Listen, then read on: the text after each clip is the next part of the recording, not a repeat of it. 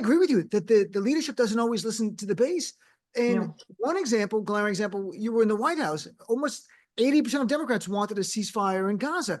And the Biden administration was not articulating that or advocating for that. And I even had a meeting with Secretary Blinken and some others, and I was called in with some other Palestinian Americans about 6 months into the war, saying, look, Yeah, I remember that. I remember this. Yeah. And I'm like, why don't you? So that frustration that you just articulated, we had many of us to the Biden administration. And Trust and me, I I know, know Dean. Trust me, I know. I felt it. Obviously I was the White House press secretary, and I'm very aware of that. And look, that is something that Blinken and foreign policy advisors to the president himself, Joe Biden, is going to have to speak to as to the decisions that were made. And they were difficult ones. It was not easy to watch and not easy to see.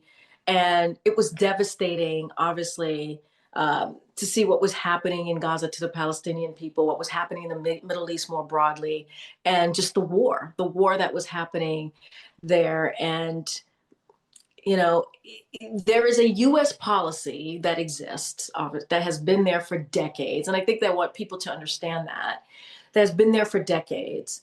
And if folks want change, that's where the change has to go, to where the U.S. policy is. And, you know, and it was tough. It was, don't get me wrong. It was really tough.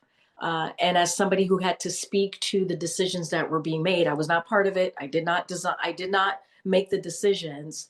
It was tough. It was tough because I would say that is not what any of us wanted to see, is the killings of innocent people.